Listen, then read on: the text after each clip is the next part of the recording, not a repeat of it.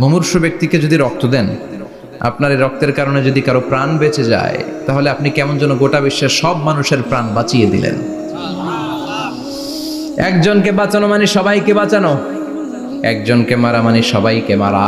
এজন্য বিশ্বনবী বললেন, আল ইনসান বুনিয়ানুম মারসুস, সব মানুষগুলো হলো আল্লাহর পক্ষ থেকে সীসা ঢালাই করা প্রাচীর।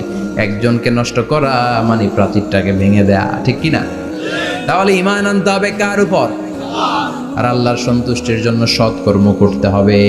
তারপরে একে অপরকে ভালো কাজের জন্য পরামর্শ দেওয়ার দরকার আছে না নাই? হক আর সবর, আমরা হকের পক্ষে থাকবো, রাজি আছেন তো? আর আমরা সব সময় ধৈর্যশীল থাকবো, রাজি আছেন? ইন্নামা সাবর ইনদা সাদামাতিল উলা, বিপদের প্রথম ধাক্কায় ধৈর্যটা ধারণ করতে হবে। অনেকে বিপদ আসলে পেরেশান হয়ে যায়, চিল্লা ফাল্লা শুরু করে দেয়, কান্না শুরু করে দেয়, বিলাপ করে। বেশিরভাগ মহিলারা এটা করে, ঠিক কিনা?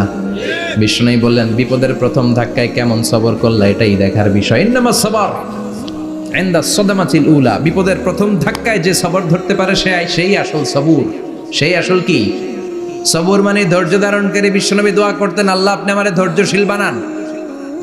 আল্লাহুম্মা জাআলনি সাবুরা ওয়াজআলনি শাকুরা, আপনি আমারে ধৈর্যশীল বানান, আপনি আমারে শুকরগুজার বানান।